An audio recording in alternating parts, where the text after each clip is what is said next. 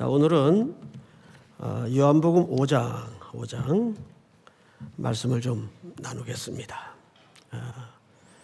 명절이라고 되어 있어요. 장소는 예루살렘입니다. 근데 무슨 명절인지는 표시가 안 돼 있어요. 이게 그래서 6월절인지 초막절인지 맥주절인지 알 수가 없어요. 안 밝힌 이유는 그게 그렇게 중요하지 않기 때문이겠죠. 그런데 명절인 것만은 틀림없어요. 근데 명절 중에서 이 날이 무슨 날이라고 되어 있죠? 안식일입니다. 여러분, 명절도 대단하지만 명절에 끼어있는 안식일은 엄청납니다. 지금도 유대인들이 명절이 되면 다 와요. 예루살렘으로 모여서 어마어마한 인파가 운집이 됩니다. 이 조그만 도시에 이 당시만 해도 전 세계의 디아스포라들이 벌써 몇 달 전부터 와서 여기에 여러 날을 명절을 지내죠. 그래서 많은 사건도 일어나고 그렇습니다. 그런데 장소는 예루살렘이에요. 예루살렘은 이스라엘 사람들에게는 성전이 있는 수도요, 자존심의 전부입니다. 그런데 2절에 보니까 그 예루살렘에 있는 양문곁, 영어 번역에 보면 sheep gate라고 되어 있죠. 예, 제물에 쓸 양을 가지고 출입하는 문이다 그 말이에요. 그 문의 용도를 붙여서 양문 이렇게 되어 있습니다. 그런데 거기에 연못이 하나 있어요. 히브리 말로는 보니까 베데스다 이렇게 되어 있네요. 자, 이 베데스다라는 말은 많이 들어보셨지만 다시 한번 처음 듣는 분들을 위해서 두 단어가 합해진 합성어입니다. 베이트, 히브리 말로 집이죠, 집. 헤세드, 자비, 능력, 성실, 사랑, 긍휼. 성경의 모든 좋은 개념은 이 단어 안에 다 들어가 있어. 그래서 하나님의 속성을 가장 잘 녹아내고 설명할 수 있는 단어가 헤세드라는 단어예요. 그 두 단어가 합해진 표현이 베이트 헤세드, 붙여 읽으면 베데스다. 그러니 뭐 이 이름 자체만으로도 껍벅 죽죠. 얼마나 좋은 이름입니까? 자, 그런데 거기에 세 종류의 환자들이 모여들어 지금 소개되고 있습니다. 3절을 보니까 이렇게 되어 있어요. 그 안에 많은 병자, 맹인, 다리 저는 사람, 혈기 마른 사람. 잠깐 앞을 보실까요? 맹인, 다리 저는 사람, 혈기 마른 사람. 이 세 종류의 인생의 공통점이 뭘까요? 누군가의 도움 없이는 움직일 수 없는 사람이에요. 누군가의 도움 없이는 생활이 안 되는 사람이에요. 이런 사람들이 여기에 지금 모여 있어요. 명절날 안식일에. 왜 모였나? 이유를 이렇게 소개하는데, 이는 천사가 가끔 못에 내려와 물을 움직이게 하는데 움직인 후에 먼저 들어가는 어떤 병에 걸렸든지 낫게 되미르라. 신앙이 왜곡되면 신화가 돼요. 이런 전설을 만들어서 언제일진 모르지만 물이 움직일 때 누군가는 먼저 들어가면 그 병이 깨끗이 낫는다는 전설에 매여서 아마도 지금 생각해 보니까 이 천은 간헐천쯤 됐던 것 같아요. 가끔 움직였겠죠. 들어갔다가 뭐 피부병이 났거나 뭐 나올 수도 있었겠죠. 근데 그게 중요한 게 아니라 이런 절대 불행한 인생의 끄트머리에서 있는 사람들은 사실상 마지막 하나라도 붙들려고 별의별 수단을 다 찾는 거예요. 그러니까 이번에 이제 우리 삼일교회가 이제 다음 주 부활절인데 부활절 헌금을 이제 여러분들이 하나님 앞에 드리면 그 예물을 모아서 저 강북 쪽에 성서대학이라는 대학이 있어요. 작년 말쯤에 거기 교수님 한 분이 찾아오셨어요. 우린 교단 배경이 없습니다. 학교도 가난합니다. 학생 수도 적습니다. 그런데 그 엘리베이터 시설이, 근데 이 엘리베이터가 용도가 장애인들이 타고 오르락내리락 하는 엘리베이터예요. 저도 그걸 몇 번 타봤는데 가다 서다 그래요. 아주 위험해요. 그거를 이번에 꼭 좀 교체하고 싶은데 도와주십시오. 그래서 장로님하고 우리 목사님 한 분이 가서 현장을 봤어요. 정말 위험해요. 이번에 우리 성도들이 하나님 앞에 드린 예물을 그런 몸이 불편한 장애인용 엘리베이터를 새로 교체하는데 사용하려고 해요. 근데 비싸더라고요. 아니 진짜 비싸요. 일반 엘리베이터보다 좀 더 비용이 많이 들더라고요. 어쨌든 거기에 다 전액 쓰려고 합니다. 자, 그런데 여기 지금 보시면 아주 참 슬픈 아이러니가 벌어지고 있어요. 그런 전설을 붙들고 마지막 인생의 끝에 희망이라고는 그거밖에 이제는 없는데 모여든 거예요. 근데 성경을 좀 볼까요? 이제 한 사람에게 조명이 됩니다. 거기에 38해 된 병자가 있더라. 자, 앞을 잠깐 보십시다. 이름은 몰라요. 근데 이름만큼 38년이라는 숫자가 중요했겠죠. 이름은 밝히질 않아도 이 병의 연수를 밝히고 있어요. 우리 같으면 이름을 밝히는 게 순서 아니겠어요? 근데 이름은 몰라요. 근데 이 사람이 몇 년 동안 병을 앓았는지를 밝히고 있습니다. 38년. 38이라는 숫자는 이스라엘 역사에 아주 중요한 숫자가 됩니다. 신명기 2장 14절을 좀 보세요. 같이 한번 읽읍시다. 시작. 가데스 바네아에서 떠나 세렛 시내를 건너기까지 38년 동안이라. 이때에는 그 시대의 모든 군인들이 여호와께서 그들에게 맹세하신 대로 진영 중에서 다 멸망하였나니. 네, 여기 보시면 세렛 시내를 건너기까지 몇 년 동안이라? 38년이에요. 자, 이스라엘 백성들이 광야를 몇 년 방황했습니까? 40년입니다. 맞죠? 여러분 대답이 맞아요. 그런데 왜 여기 38이라는 숫자가 등장을 하냐 하면 이스라엘 백성들의 광야의 방황은 두 기로 나누어집니다. 처음에 홍해를 건넜겠죠? 제일 먼저 도착한 데가 시내산이에요. 여기서 율법을 받습니다. 그리고 나서 그들이 가나안을 향해 출발할 때까지가 정확하게 2년입니다. 그러면 율법을 받은 후 가나안을 향하여 들어갈 때까지가 몇 년입니까?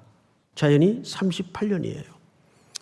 자, 그러면 이 38년이라는 숫자는 무엇과 연결고리를 갖고 있는가 하면 율법을 받기 전의 시간이 아니라 율법을 받은 후의 시간이 몇 년이에요? 38년입니다. 맞죠, 여러분? 자, 그러면 율법이라는 것은 왜 줬어요? 거기에는 십계명도 주셨고 여러 세칙이 있어요. 왜 줬어요? 사람을 사랑하고 이웃을 사랑하고 약한 자를 돌아보고 하나님의 커플로서 그리스도의 신부로서 가나안 땅에 들어갈 자격자로서 어떻게 꾸며지고 성숙되고 돌보며 사랑하며 만들어져야 되는가를 훈련시키기 위한 지침들이에요. 율법이라는 게. 그런데 그 주신 율법을 잘못 곡해해서 공연한 종교적 과잉과 과열만 담아서 하나님이 의도하지 않았던 방향과 이 율법을 전혀 다르게 쓰기 시작합니다. 예를 들면 이런 거죠. 사랑하라 준 율법을 야, 우리가 작년에 이틀 금식했는데 올해는 하루 더 해야 되지 않겠느냐 해서 율법에 주지도 않은 세부 규칙들을 소위 장로들의 유전이라는 명목으로 만들어서 율법 위에다 그걸 갖다 놔요. 어떻게? 그걸 지키면 율법을 지키는 거고 그걸 안 지키면 나쁜 놈들이 되는 거예요. 그러니까 오히려 사랑하라고 성숙하라고 준 율법이 잘못된 해석과 덕지덕지 덧붙여지는 세부 규칙들을 통해서 율법의 본질이 훼손되고 사람을 죽이는 율법이 된 겁니다. 그 대표적인 것이 안식일이에요. 즉 이 사건이 어느 날 벌어지고 있죠? 안식일 날 벌어지고 있어요. 자, 성경을 또 볼까요? 6절, 예수께서 그 누운 것을 보시고 병이 벌써 오래된 줄을 아시고, 자, 앞을 보십시다. 보신다는 말과 이 보신다라는 말은 안다는 말하고 동의어예요. 예수님이 두 가지를 봤어요. 누운 것을 봤어요. 성경에 누웠다는 말은 죽어 있다는 얘기. 지금 여러분 3일도 몸이 불편해서 누워 있으면 죽을 판인데 이 사람은 지금 몇 년 누워 있었던 거예요? 38년. 그러니까 죽은 거나 다름없는 삶이었죠? 누워 있는 걸 보셨어요.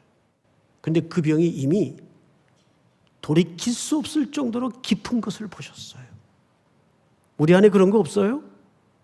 누워 있는 상태. 그리고 우리의 인위적인 작용이나 힘으로는 어찌할 수 없는 이미 그 병이 깊은 그런 거 없어요? 자, 그 대상에게 예수님이 아주 어색한 질문을 하나 합니다. 네가 낫고자 하느냐? 제가 이 글을 묵상하다가 이걸 여러분들이 시선에서 한번 이해를 해봤어요. 독자의 입장에서. 이걸 뭘 질문이라고 하시나? 그런 생각이 들더라고요. 이걸 뭘 질문이라고 하시나? 그 환자의 상태를 뻔히 아시는 분일 텐데. 그럼 환자의 믿음을 테스트하시는 건가? 더더욱 그건 아니에요. 왜? 이 사람이 나중에 고쳐지지만 이 사람 믿음과 아무 인과관계가 없어요. 나중에 확인이 되겠지만. 자, 사실은 이 환자의 답변을 드러내고 싶었습니다. 답변을 한번 보십시다. 7절 다 같이 시작. 병자가 대답하되 주여 물이 움직일 때에 나를 못에 넣어주는 사람이 없어 내가 가는 동안에 다른 사람이 먼저 내려가나이다. 우리는 여기서 아주 시퍼런 현실을 발견하지 않을 수가 없어요. 아까도 말씀을 드렸지만 이 자리는 베데스다, 자비의 자리입니다. 긍휼의 자리입니다. 사랑이 베풀어져야 되는 자리입니다. 그런데 지금 이 예수님의 질문 앞에 네가 낫고자 하느냐?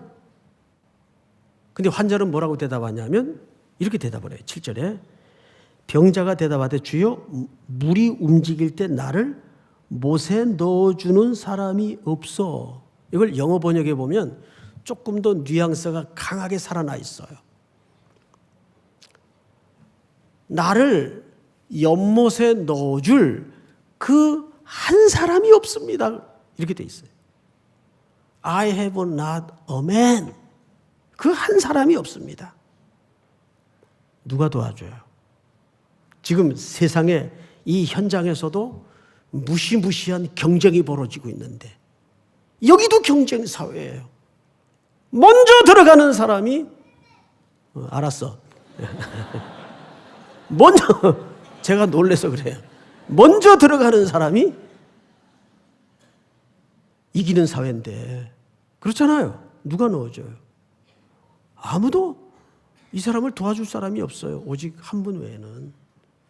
지금 그 자비의 주인이 여기 와 계시는데 이 환자가 아직 이분이 누군지를 모르니까 그 푸념을 넋두리를 예수님에게 하고 있는 거예요.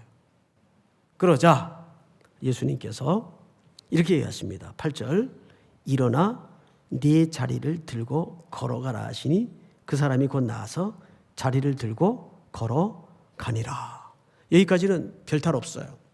어느 성경에서나 우리가 만날 수 있는 흔한 그 치유, 기적과 치유 기사구나 정도로 끝나면 그건 아무 의미가 없어요. 정말 이 사건이 말하고 싶은 게 그 다음 절부터입니다. 10절을 보십시다. 이날은 무슨 날이죠? 안식일이에요. 자, 잠깐 보십시다. 원래 인생의 문제는 에덴 동산에서 뭐가 깨진 겁니까? 안식이 깨진 거예요. 쉼과 안식은 성경에서 구분되어 있어요. 여러분, 안식이 쉼은 아니에요. 이제 이 차이를 여러분들이 아시려면 오늘 저녁에 신명기 강의에 참석을 하세요. 오늘 저녁에 그 개념을 정확히 설명을 드릴 겁니다. 결국 인간의 문제는 안식이 깨진 게 문제예요. 그래서 30, 40대뿐만 아니라 50대, 60대 남자들이 그렇게 나는 자연인이다를 많이 본대요. 근데 그걸 보면 저도 많이 봐요, 그거. 정말 그 한켠에 좀 저러고 싶다라는 로망이 생기더라고요. 그런데 과연 그게 능사일까? 보면 볼수록 좀 허무해요. 사실은 허탈하고 다 처자식을 떠나서 심산유곡 꼴짜기에서 홀로 공기도 좋고 몸에는 스트레스도 없고 좋겠죠. 그런데 그건 안식이 아니에요. 인간의 문제는 결국 완전한 그리고 온전한 안식으로의 긴 여정입니다. 인간은 안식이 깨져 있는 거예요. 쉼도 없고 안식도 없어요. 어떤 사람은 계속 쉬는데 안식이 없죠. 참 제일 슬퍼요. 자, 그런데 성경을 잘 보세요. 안식일이니 유대인들이 병 나은 사람에게 이르되 안식일인데 네가 자리를 들고 가는 것이 옳지 아니하니라. 저는 여기 읽다가 숨이 칵 막히는 것 같았어요. 와, 이래서 종교가 무섭구나. 이 사람은 그냥 며칠 누워있던 사람이 아니고 죽음과 같은 삶에서 38년을 자기 의지와 상관없이 누워있던 사람이에요. 근데 율법주의자들은 그 생명이 살아나고 회복되고 온전해진 것에는 관심이 없고 오로지 안식일 날 그 날을 어긴 율법에 벗어난 행위에 대해서 무섭게 질책을 하고 있어요. 이게 종교의 섬찟한 표정이에요. 그런데 더 끔찍한 것은 이게 밖에 있을까요? 안에 있을까요? 안에 있다는 거죠. 끊임없이 율법주의자들은, 종교인들은 그게 맞았냐 틀렸냐 옳은 거냐 그른 거냐에만 관심이 있어요. 거기에 생명이 회복이 되고 생기가 돌아오고 삶의 새로운 시작이 있는 그 기쁨과 감격은 없어요. 근데 원래 안식이라는 의미가 그거라고요. 생명이 피어나고 꽃들이 피고 결실에 대한 희망이 생기고, 근데 거기에 대한 일절 관심이 없고 자기들이 만들어 놓은 그 교조적인 율법만 지켰냐 안 지켰냐, 그래서 편을 가르고 편견을 통해서 단죄를 하고, 이게 종교예요. 그러니까 종교는 무서운 거예요. 기독교는 종교가 아니에요. 엄밀한 의미에서 편의상 종교로 분리가 되지만 기독교는 예수, 생명이에요. 근데 이것이 교회 안에 너무 많다는 거죠. 또 점입 가경식으로 11절을 좀 볼까요?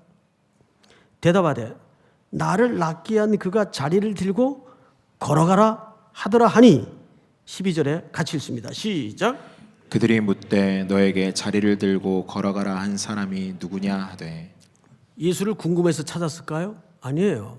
이 흐름을 보면 이겁니다. 정확하게.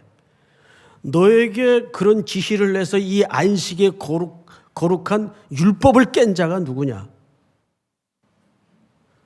끝까지 이 생명의 회복과 온전함과 생기가 돌아온 삶의 새 출발에 대해서는 관심이 없어요. 근데 이제 여기서 재밌는 대답이 나옵니다. 이 환자를 통해서. 13절. 고침을 받은 사람은 그가 누구인지 알지 못하니. 알았다 몰랐다? 몰랐어요. 이거 어디서 많이 보던 패턴인데, 여러분 요한복음을 우리가 지금까지 쭉 들어 흐름을 보면 첫 번째 표적이 물로 시작된 모티브예요. 물의 결핍. 그래서 그 물로 포도주를 만들므로써 중단되었던 결핍의 현장이 회복이 되죠. 그런데 중요한 건 연회장의 사람들이 이 포도주가 어디서 났는지 알지 못했어요. 알지 못했어요. 3장으로 넘어가서 한밤중에 예수를 찾은 이스라엘의 최고의 지성 니고데모의 이야기가 등장을 합니다. 대화 끝에 예수님께서 판정을 하죠. 내가 거듭나야 하겠다. 물과 성령으로 나지 아니하면 하나님의 나라를 볼 자가 없다. 근데 알았어요, 몰랐어요? 아이고 참, 내가 지금 나이가 몇 살인데 어머니 모태에 들어갔다 다시 나올 수 있겠습니까? 영적인 무지. 인간의 영적인 무지를 그대로 여지없이 폭로시킵니다. 4장 우물가에서 물로 대화가 시작이 됩니다. 사마리아 여인은 예수님에게 빈정대죠. 아이고 참, 그런 물 있으면 나 좀 마시게 주십시오. 드디어 자기를 계시하세요. 내가 그 물을 줄 수 있는 샘터이다. 예수님은 자기가 물이라고 얘기한 게 아니에요. 내가 그 물을 주는 샘이라고 그랬어요. 샘. 근본적인 얘기를 하는 거예요. 그리고 5장입니다. 또 모티브가 뭐예요? 물이에요. 이 물은 인간을 고칠 수도 없고 회복할 수도 없고 새롭게 할 수도 없어요. 오직 샘터이신 예수 그리스도만이 이 사람을 고칩니다. 그리고는 이 사람을 14절에서 성전에서 만나요. 자, 볼까요? 같이 한번 읽겠습니다. 시작. 그 후에 예수께서 성전에서 그 사람을 만나 이르시되 보라 네가 나았으니 더 심한 것이 생기지 않게 다시는 죄를 범하지 말라 하시니. 네, 이 사람이 죄 때문에 병이 생겼다는 말이 아니에요. 인간의 모든 근본적인 문제는 에덴 동산에서 안식이 깨짐으로써 모든 고난과 슬픔과 살인과 미움과 질투와 모든 삶의 문제가 비틀려지기 시작합니다. 그래서 인간의 모든 근본 문제는 죄의 문제예요. 그 얘기를 하는 거예요. 그러면서 주님은 이 주제를 안식일로 끌고 가죠. 왜? 안식일이야말로 그것을 회복하기 위해서 선포하신 날이고 그것을 온전케 하기 위해서 안식일의 주인이신 예수 그리스도께서 오셨기 때문입니다. 그런데 우리는 이 안식일 문제 때문에 얼마나 오랜 세월 율법주의적인 안식일 어겼다고 별 회개한 해프닝이 기독교 역사에 얼마나 많았습니까? 사랑하는 성도 여러분, 결론은 뭐냐면 자연스러운 결론이 하나 여기 도출이 돼요. 이 환자가 고침받은 것은 이 사람의 믿음 때문입니까? 아니에요. 이 사람의 회복은 이 사람의 어떤 믿음과도 아무 인과관계가 없어요. 오로지 누구의 자비입니까? 예수 그리스도의 자비예요. 최고의 지혜가 뭘까요? 그리스도의 지혜입니다. 그리스도의 자비입니다. 최고의 자비는 우리가 어떤 상황 속에서도 우리의 그 알량하고 누더기 같은 자존심을 내려놓고 누더기 같은 자존심이라니까 자존심 상하세요? 아니에요. 신앙을 가장 방해하는 게 인간의 자존심이에요. 그래서 어린 아이에게서 신앙을 배워야 돼요. 아이들이 잘못했어요. 그 엄마 야단치죠. 너 앉아. 왜 그랬어? 그럼 어린애가 이제 울먹울먹해요. 입을 삐죽삐죽거리면서.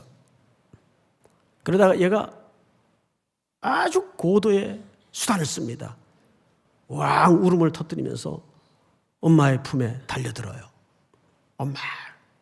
그 엄마가 이제 꼭 안아주면서 태근아 다시는 그러지 마라. 그리고 용서해 주시죠. 싹수가 파란 거예요. 이런 애들은. 인생을 어떻게 살아가야 되는지를 아는 거예요. 가장 최고의 지혜는 어떤 상황과 어떤 상태 속에서도 하나님의 자비 앞에 자기를 맡길 줄 아는 지혜입니다. 성경은 전부 그 얘기예요. 믿습니까? 오늘 이 말씀이 모든 누더기가 되어버린 여기저기 상처투성이의 자존심을 십자가 밑에 내려놓고 우리가 성찬에 참여한다는 게 무슨 뜻이에요? 주님의 자비에 다시 한번 우리의 한 주를 맡기는 큰 지혜와 은혜가 있기를 주의 이름으로 축복합니다. 다 일어나십시다.